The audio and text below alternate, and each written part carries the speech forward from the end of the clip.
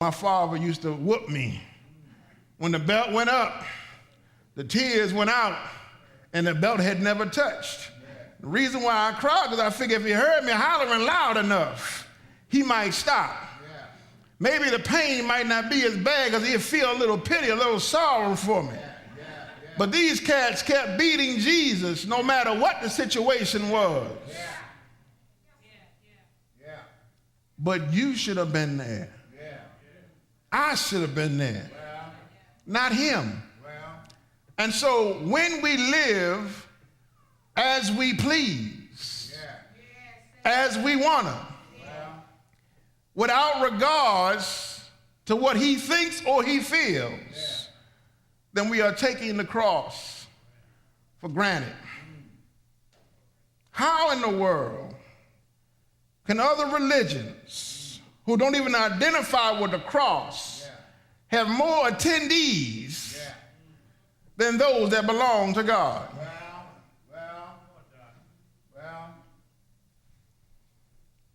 How in the world can somebody serving a fictitious God strap a bomb to themselves, walk into a crowded area, and pull the trigger?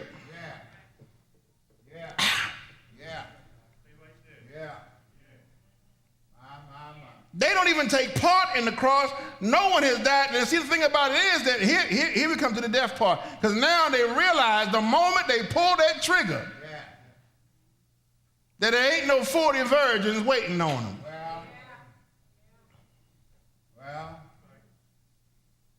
But we have a place. I go to prepare a place for you, that where I am, you may also be. In my Father's house are many mansions. And if it wasn't that way, I wouldn't have told you. So there's a promise that's waiting for us. The problem is, we're not waiting for the promise. And we don't act like we're waiting for the promise. We act like we're going to be there no matter what. No matter what I do, I'm already justified because Christ died on the cross for all my sins, past, present, and future. So I'm going to act like a fool because I've already been committed to where I want to go. Paul said, no, no, no, no. Because you realize this does not mean you act crazy, but now you need to justify or come back together with yourself and understand the real reason for why you're here. My thing is I should be searching or seeking out the purpose for why God has placed me here. And the church is here to give life. Instead, lately it's been taking lives. See, the church ain't taking no life.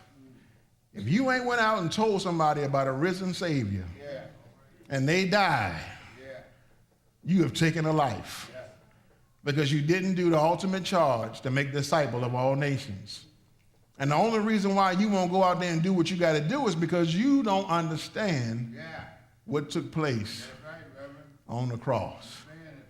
Now, we can say it as much as we want every Sunday that he hung high and stretched them wide, nails in his hands and nails in his feet, went down to the grave, and early on Sunday morning, he got up with all power. But if that don't permeate in his brain, then I ain't really saying much. If it don't cause you to action, if it don't get you to move, if it don't just make you stir inside, y'all was hearing a song, open the windows of heaven and let it rain. You got to even understand what that song is talking about, because if you really get down into the thick of it, Lord, I really don't want no rain. Come on now. Come on now. That's what you're saying. Come on. Because see, when the rain comes and the thunderstorms come, they clear out the mess that's in your life. And when the water washes away, all you got left is the purity.